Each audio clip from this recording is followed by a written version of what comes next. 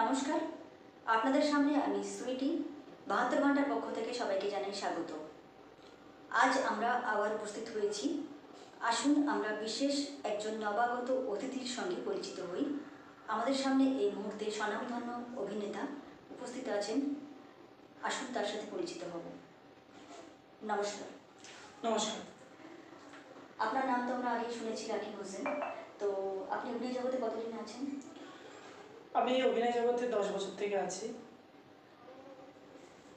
এর আগে কি কখনো সিরিয়াল বা কোনো সিনেমাতে যে অভিনয় করেছেন, যদি সেরকম কিছু সিরিয়াল বা সিনেমার নাম বলতে পারেন?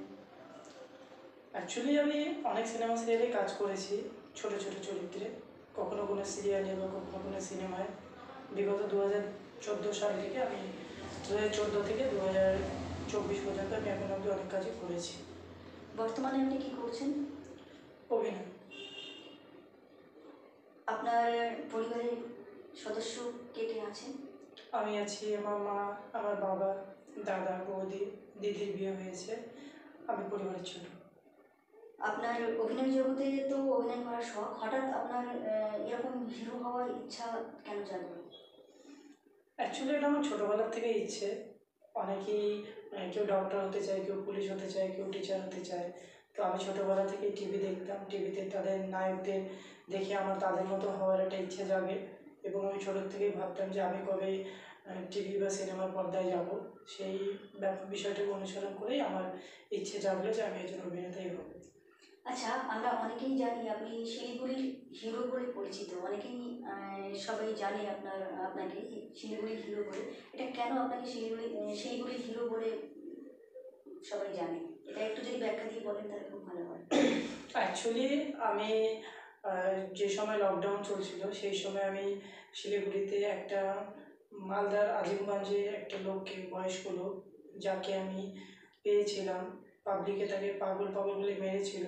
তো সেই লোকটাকে আমি নিয়ে তার বাড়িতে, আমার বাড়িতে রেখে, তাকে খাইয়ে রেখে, তাকে 2 দিন ধরে আমি গুগলে সার্চ করে, অনেক কষ্ট করে, অনেক মেহনত করে তাকে তার ফ্যামিলিতে তুলে দিয়েছিলাম। তো সেই সময়টায় আমার বাড়িতে অনেক নিউজ চ্যানেল থেকে গিয়েছিল, এবং ধীরে ধীরে আমাকে সবাই হিরো হিরো বলেই ডাকতো। সবাই এটাই বলতো যে শুধু সিনেমা সিরিয়াল করলে হিরো হওয়া যায় না, কিছু বাস্তবিক কাজ করেও হিরো হওয়া যায় পাবলিকের চোখে। এবং এছাড়াও আমি একটা ছোট্ট শিশু, 9 মাসের একটা শিশুকে পাবলিক চুরির দায়ে সেই বাচ্চাটাকে তার মায়ের কোল থেকে ছিনিয়ে নিয়েছিল। সেই বাচ্চাটাকে আমি নিয়ে তাকে যত্ন সহকারে তার বাবা মার হাতে ফিরিয়ে দিয়েছিলাম। পুলিশের সাথে যে সমস্ত চ্যানেলগুলো ফেক নিউজ করেছিল এবং যে সমস্ত পাবলিক হ্যারেস করেছিল, তাদের সবার সাথে আমি একাই লড়াই করে সেই 9 মাসের বাচ্চাটাকে তার মায়ের কোলে ফিরিয়ে দিয়েছিলাম। সেই কারণেই আমার হিরো হিসেবে পরিচিত। এবং তাছাড়াও এরকম ছোটো ছোটো অনেক কাজ আমি করেছি, যেসব কারণে আমাকে শিলিগুড়িতে সবাই নর্থ বেঙ্গলের হিরো বলেই জানে। এখনো কি এই ধরনের কোনো সামাজিক কাজকর্ম করতে ভালোবাসেন? আমি ভালোবাসি বলতে আমি এখনও এই ধরনের কাজ করছি। আমি যেখানে যখনই পাচ্ছি, যদি কারো প্রবলেম হচ্ছে, সেই বিরুদ্ধে কেউ না গেলেও আমি একাই রুখে দাঁড়াচ্ছি। আমি চেষ্টা করছি, আমি একাই চেষ্টা করছি যে কীভাবে আমি যতটা পারি সেভাবে আমি তাকে সাহায্য করার চেষ্টা করি। আপনার এই যে স্ট্রাগলিং পিরিয়ড, এগুলোকে আপনি কীভাবে ওভারকাম করে থাকেন? অ্যাকচুয়ালি চেষ্টা, লোকে কষ্ট তো অনেকেই করে থাকে, চেষ্টারও তো কোনো শেষ নেই। তো আমি যখন যেরকম পাচ্ছি তখন সেরকম কাজকর্ম করছি, যখন হচ্ছে না তখন চুপচাপ থাকতে হচ্ছে। কখনো ছুটিতে বাড়ি চলে যাচ্ছি, যখন একদমই কাজ হচ্ছে না তখন বাড়ি চলে যাচ্ছি। আবার যদি কোনো ডিরেক্টর ফোন করে কাজ আছে চলে এসো, আবার ছুটে চলে আসছি। এভাবেই করে অল্টারনেটিভ করে 10 বছর থেকে কাজ করছি। আগামীতে আপনার অভিনয়টা নিয়ে ইচ্ছা? এটাই ইচ্ছা। ধন্যবাদ।